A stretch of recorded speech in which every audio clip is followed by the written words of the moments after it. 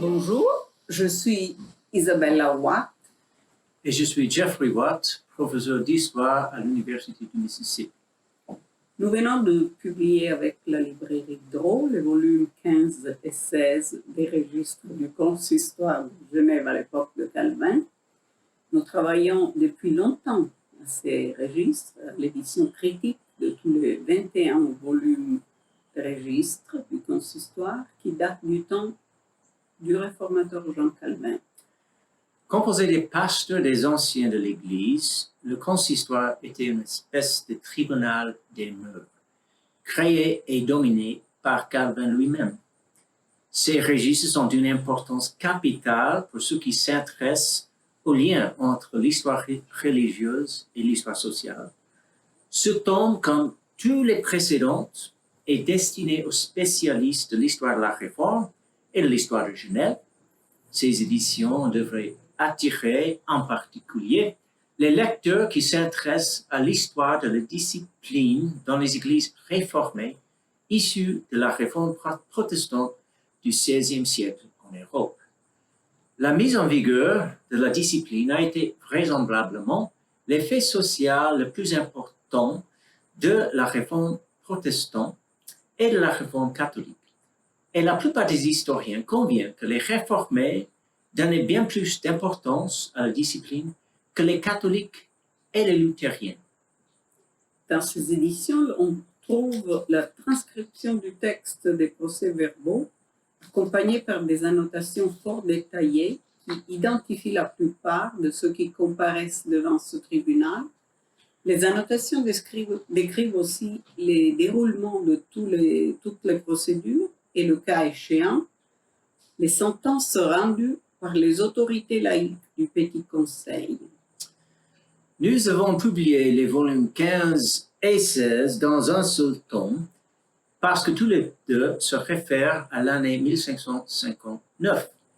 Dans toute cette série de volumes, la réception de la réforme à Genève et parfois la résistance à l'imposition de la discipline réformée jouent un rôle important.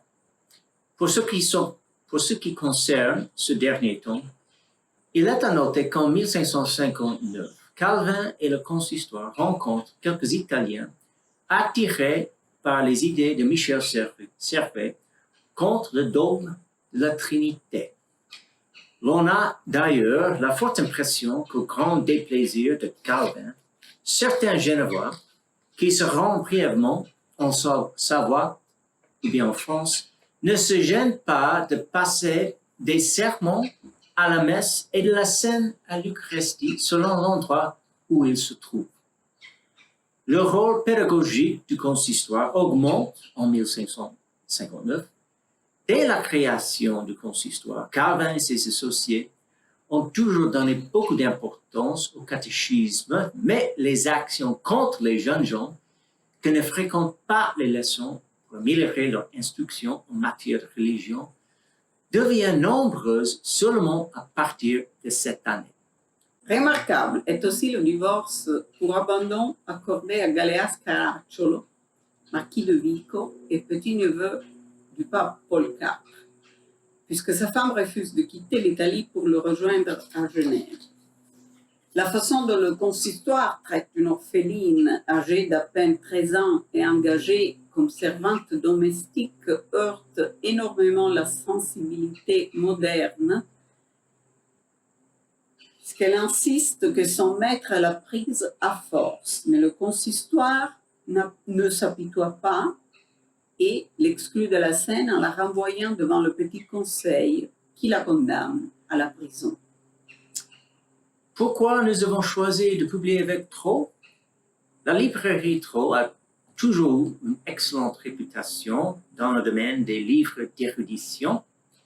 Elle a une tradition très forte pour les études sur l'histoire de la Réforme et de la culture française et francophone. Draw a déjà publié les 14 volumes antérieurs de cette série et nous espérons qu'elle publiera aussi ceux qui suivront. Merci beaucoup. Merci.